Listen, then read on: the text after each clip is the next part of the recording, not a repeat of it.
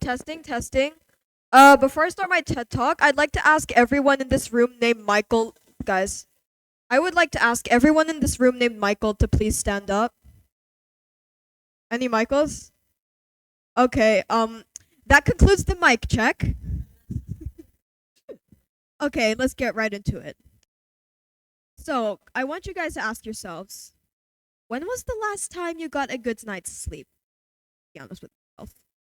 Chances are, chances are, if you're a student, part of a workplace where you have a desk job or have something in your life that gives you tasks and responsibilities in general, it's likely that you haven't got as much sleep as you should have.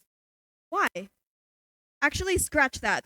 When was the last time you paused a study session just to go outside and get your 10 to 30 minutes of sunlight per day? When was the last time you willingly paused a task to drink water? When was the last time you did something other than work? Alright, let's face it. We're constantly being told that procrastinating and being lazy and all that sort of stuff is bad, and that's not necessarily wrong, but when we have that message being pushed to us all the time, it's really easy to forget that workaholism or work addiction is also a really big problem. And it definitely doesn't help that we don't take it seriously either. I mean, I feel like we have all heard at least one person joke about being a workaholic when they're slightly stressed. Um, oh, so that begs the question, what exactly is workaholism? Well, according to Medical News Today, workaholism or work addiction is a behavioral condition in which someone experiences a compulsive and excessive drive to work, resulting in health problems, relationship problems, and neglecting their self care, which, in my opinion, is way worse than leaving your English essay for the last minute. I don't know. So, that brings us to the main topic for today. Is taking time to take care of yourself and not work better than working all the time and maybe even beneficial to when you are working? The short answer? Well, yeah, pretty much. But like, you want the long answer, which is why you're here listening to my TED Talk, right? So, I want to I want to give some context first. The main problem with this is that we don't know the difference between busyness and productivity. So, what do they mean exactly? Well, first of all, busyness is being scattered. It's doing a bunch of arbitrary, unimportant tasks while making absolutely no progress on the tasks you do need to accomplish.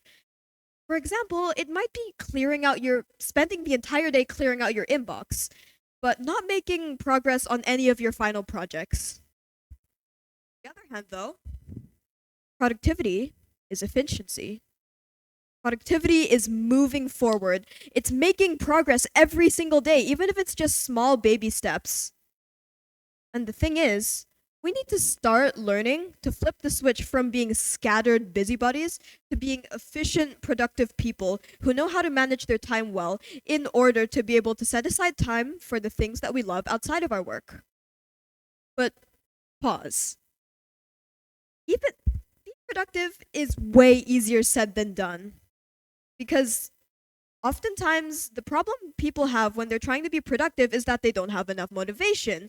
So that brings us to why people are demotivated. Um, well, demotivation is caused by a variety of things, such as maybe a lack of clear goals, a fear of failure, or even mental health conditions such as depression or anxiety. But from my personal experience and the experiences of others, it's also caused by low energy. I mean, a lot of the things you experience with low energy and burnout are the same things that you experience when you're demotivated, which might be brain brain fog, feeling burnt out, and feeling tired all the time, which is and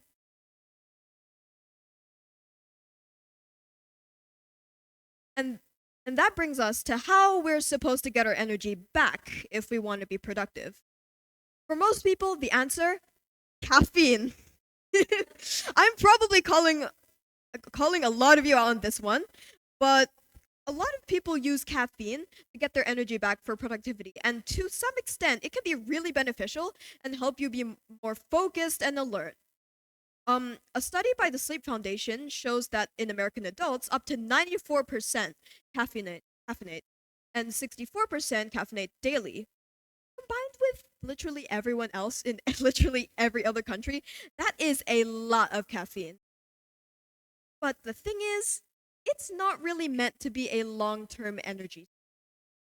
Even though it stays in your system for up to 6 hours after consumption, you experience its peak effects up to 2 hours afterward. It's different for some people, like, you know, and it slowly mellows out from there. But you want to know what might not give that instant hit that coffee does, but gives you more long term energy? Going outside. No, I'm being serious. There's um ma- studies have shown time and time again that maintaining healthy habits give you more long-term energy. For example, waking up early in the morning might give you more energy for the whole day, and you might not need to have as much snacks or coffee as usual. And among that, there's also exercising, which can also make your cells synthesize more energy with the increased oxygen input, which for our purposes will more productive output.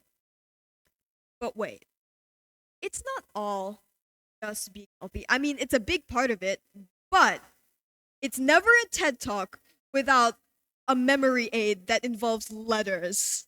The three S's: stamina, standpoint, and strategy. Boom. No way, guys. Okay, I'm actually gonna explain it now, though. So, first of all, stamina. It's what I've been yapping about for the past 5-ish minutes. It's basically all the steps you take to take care of yourself to give you energy, which helps you do literally everything else in the three S's. Standpoint is your mindset. It's what helps you and gives you the drive to do it. For example, like the growth mindset stuff you may have learned in year 6, whatever. Like, oh, instead of I can't do this, think I can learn to do this. I can do this, yay! And then final one is strategy. This is the one that you're constantly hearing about from self-help influencers and stuff like that. Like, oh, you should use the Pomodoro method if you want to be productive. Oh, you should use the 1-3-5 to-do list method. But it's still relatively a small part of the three. Yeah, so in conclusion, even after all that, after all the cold, hard facts and evidence, it all goes back to you are not your to do. Even if you're really busy and you absolutely have to do it, it's okay to step back for a little bit and indulge in a healthy break. So, after you guys go home, after hearing all our TED Talks, I want you to maybe go outside and take a 10-minute walk. Or maybe sit down and have like a fruit snack. Or maybe even drink some water. I don't know, man. But all in all, it's okay to take breaks. You deserve it. Thank you for coming to my TED Talk, everyone. My name is Colby, and this is my speech. Yeah.